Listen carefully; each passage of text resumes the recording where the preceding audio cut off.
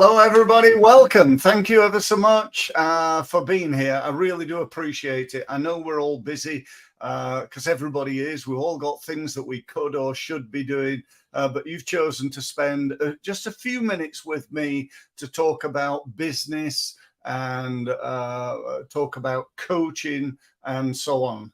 So I'm going to be here for about 15 minutes. So I like to keep these sessions really short to be respectful of your time, but I'm also really committed to providing some real value. One thing I want to just clarify to kick off with, this is not about me pitching my coaching. Right, I'm not doing that today. If you want to talk to me, great, but more than happy to talk to you about my results mastery program.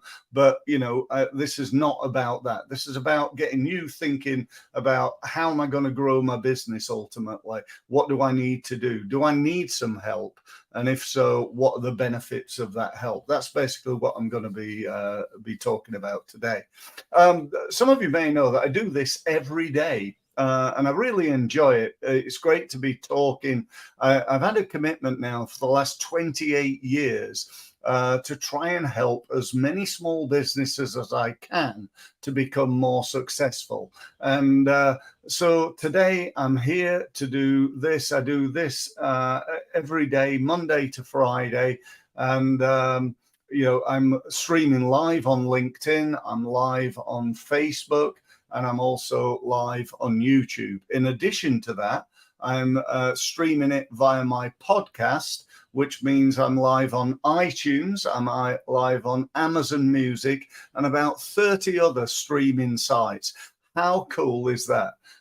For me, I just think that's brilliant. I'm old enough to remember when I wanted to get a message out to 7,000 people, that involved 7,000 envelopes and 7,000 stamps and a couple of trips to the post office. Now we're getting somewhere between 7,000 and 8,000 people every day on the podcast and on the the live videos. So that's just, blows me away. It's absolutely fantastic. So, and a really important point here is there's no reason why you couldn't do that as well. It's not just, oh, Steve's lucky he's got all this.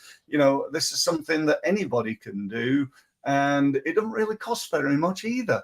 There's a little bit of expense, but not a fortune. So, you might want to think about that. And if you want a conversation about it, feel free to get in touch. So, coaching them. Do you need a coach? What are the reasons? I've come up with 8. And do you know what? When I was coming up with them, I thought, I could easily come up with 20. I've not got time to go through all those, but I've come up with 8, which I think are really, really powerful. Now, I come from a background, some of you may know, I come from a background in sport. I was a full-time professional sportsman from the age of about 17, 18 up to about 28 when I sort of retired. My chosen sport was table tennis. I'm not sure whether I chose it, but it was a sport that almost chose me because I was rubbish at sport to start with. I just wasn't very good at it. And then I played table tennis and all of a sudden I found I could do it. And I got really good really quickly. So much so that inside 4 years, I found myself playing against the Chinese world champion. And in four and a half years of playing, so go from beginner to international level standard. Although I did get my butt kicked, I will tell you that. And throughout that time and throughout my career, I had a coach because I needed a coach because I didn't know everything. And these days, in sport, people have multiple coaches. I always remember one of my favorite sportsmen is Ivan Lendl, the tennis player. And he took professionalism in sport to another level because he not only had a coach, he had a fitness coach, he had a nutrition coach, he had a psychology coach, he had a technical coach that helped him with his actual technique, he had a tactical coach, and so on and so forth. In fact, when he was at his peak, he was traveling around with an entourage of over 20 people who were all there to help Ivan win whatever it was, 180 national, international table tennis tournaments. No, tennis tournaments. I don't think he won any table tennis tournaments, not international ones anyway. But, you know, in sport, that is fully recognized. In business, certainly in this country, it's expanding, but not everybody's understanding the benefits of having a coach. And I think really it comes down to one thing. Why do you want a coach? Because you don't know everything. You can't know everything. You know, if you're an expert in your business, you're probably what I call an operational expert. You know, so you're an expert at repairing cars, or you're an expert at lawyer, you're an expert in HR, you're an expert in landscape gardening, whatever it is. Now, because you're an operational expert, I'm going to assume that you're not an expert at sales and marketing, and you're not an expert at finance, you know, the financial side of the business, which most businesses aren't. And the two biggest reasons that small businesses go bust, and 80% of them do within 5 years, is a lack of sales and poor financial management. That's the reason. So that's the reason why you need a coach, I believe. But I'm going to go through what I consider to be the sort of top 8 benefits of having a coach. So here we go. Number 1, clarify your thinking. You know, I talk to business owners all the time, and, you know, they say, well, I'm thinking of doing this, I'm going to do that, and I'm going to do that, and I'm going to do that, and this and that, and something else. And, you know, and it's like, you're never going to get all this done. So come on, what are the top 2 things that you're going to do? And that's, I think, what, you know, certainly. And whether you call, you know, someone your coach or your advisor or your, you know, your business growth advisor or a consultant you've brought in, do you know what? It doesn't really matter what you call somebody. It's somebody who's going to help you to do whatever it is you need to do. In this case, I'm talking about growing your business. Okay. So if you need somebody that's going to help you with that. So number 1 is to clarify your thinking. Get you really focusing on where you are now, where you want to be in that 12 months time, and putting a plan together as to how you're going to get there. That's what I've been doing now for 28 years, helping businesses to do. Number 2, reduce mistakes. Why would a coach help you to reduce mistakes? Probably because they've got loads and loads of experience and made most of those mistakes themselves. That would definitely be the case with me.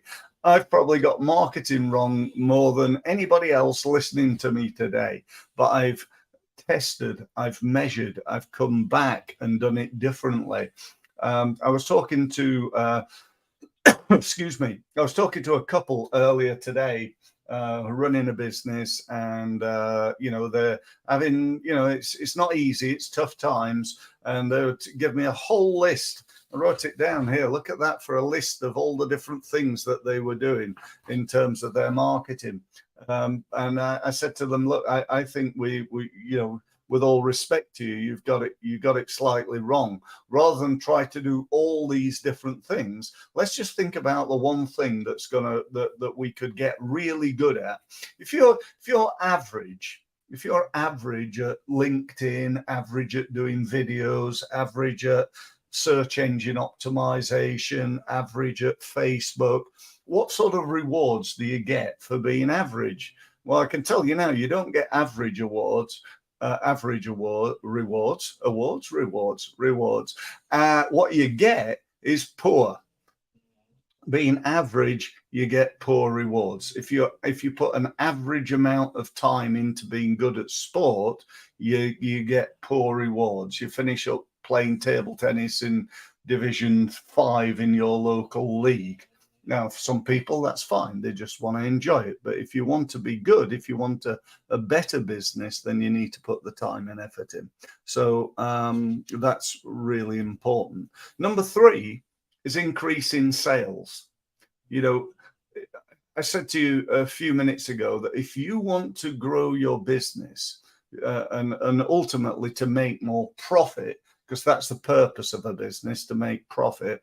There are only really two ways that you can do that. One is you can reduce costs. Now, you can go and get an accountant or do that yourself or whatever, but I suspect and believe that you can save 5%, 10%, perhaps even 20% in your business. But there's a finite amount of money that you can save. There's only so much. You've got to spend something. And even if you spend nothing, there's still a limit to how much profit based on your turnover. And to be honest, it's impossible to spend nothing in a business pretty much. So assuming that one way is to reduce costs. The second way is to increase sales. How much could you increase sales by? Literally whatever you want. There's no real limit. If you want to, if you're I was talking to another client of mine who does dog training, and saying, look, have you thought about, licensing what you do? He's really good at what he does. He's building a real business, employing people and so on and so forth. That could go worldwide, literally, or it could go online with some online dog training where he's training people all over the world. These days, the sky is the limit. It literally is. So, increasing sales is key. If I asked you on a scale of 1 to 10, how good are your skills creating leads and converting those leads into sales? If you're like most people, with 5 being average, 10 being world class and 1 being terrible, you're somewhere between about 3 and about 6 or 7. And really, you need to raise your game. One way of doing that is to train yourself. Another way is to hire a coach. Third way would be just to outsource it to another company. But either way, we need to be looking at how we can increase sales. Number 4, I've put down not emotionally attached. People get so attached to their business, they love it. And I do myself. If I won 50 million on the lottery tomorrow, I would still come into work. I love doing what I do. I've been doing it for 28 years. And, do I do it for the money? Yes, of course. I want to be paid for my expertise, but I love doing what I do. I wouldn't necessarily do everything. I wouldn't do the admin and the this and the that, but, out there helping people, I would definitely be doing. So that I think is a really important one. So not, having somebody there who's not emotionally attached. They're not, they're going to provide you with good quality advice based on their years and years and years of experience. Number 5, I've written down the word chase. And what I mean by that is somebody will chase you to make sure stuff gets done. One of the biggest problems, I think, in business, certainly in marketing, is stuff never gets done. Or if it does get done, it gets done in such minutia that it never gets results. I heard a story the other day. Somebody told me, a client told me, he said, I've tried doing direct mail. He said, but it doesn't work. I said, oh, really? What did you try? He said, well, I sent 10 letters out and I didn't get any response. I said, what do you mean? You had 10 campaigns? No. He said, 10 letters. So he sent out 10 letters, and because he didn't get any response, direct mail no longer works. Now, I don't know about you, but I know the conversion rate of direct mail is normally about 1 to 2%. Okay, you could say, well, it doesn't work anymore. But the other day I got a letter. It's actually a postcard in an envelope from Google. Now, if Google are sending out letters in envelopes with stamps on them, it makes me think that perhaps this is an opportunity for the rest of us, because I get hundreds of emails every day and probably about 2 letters a week. So, that makes me think that perhaps the case could be the same for you and I if we did direct mail. But anyway, I'm going off the subject a little bit. So number 6, hold you accountable. That, I cannot tell you how if you ask me with my coaching, what is the biggest benefit of me? I'd say it would be holding people accountable and helping them to improve their results that they're getting. Holding people accountable is just, absolutely where it's at, because we all make excuses. You said you were going to make 10 phone calls per day to your current customers to find out if they were happy with the service and to find out what else you could offer. You were also going to ask them for a referral using the script that you and I developed. Did you do that? So that's me holding you accountable. Okay. So we agreed an action. There was one phone call to 10 people with 3 different objectives.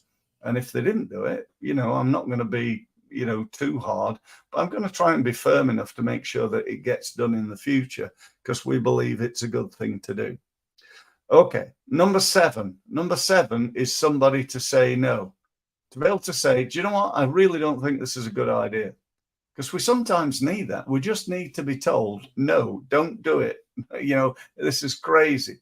People come to me all the time and say, I had one guy the other day said, I'm thinking of doing radio advertising.